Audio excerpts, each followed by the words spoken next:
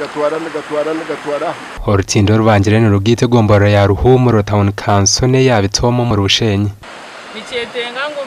mbe engineer kurebe iki abako banzo yigire hi tukiza tuyikirizana aha ka drainage jako na no kurishepinga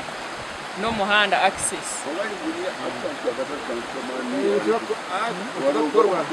wano shangoka kozire tudakizire mbona hati tuize kandi tushube tugareke bya bitakoze bitatirire tuzagamba tubagambira mu garike mwa aho ko ngo mu gwitu tukora burno so hati tu satisfied twenda bahaterezaho batiho amizi gagende rero hantabonere ahabwe mberambe yorumu hemotoka zitandikire kuremwa korabaho ubwo ni nkomurundo gwakasha twijaho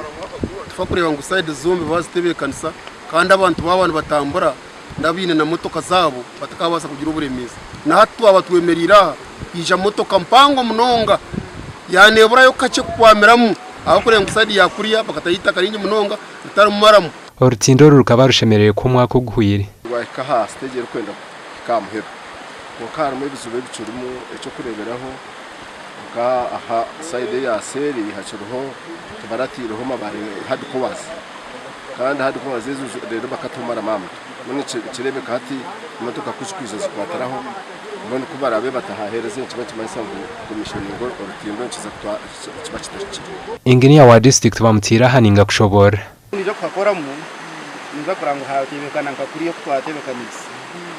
so that maja on the level of commissioning can have atakiro n'ibinyansi byona bya but to be sure account iza kutuma kuno muntu abanza izare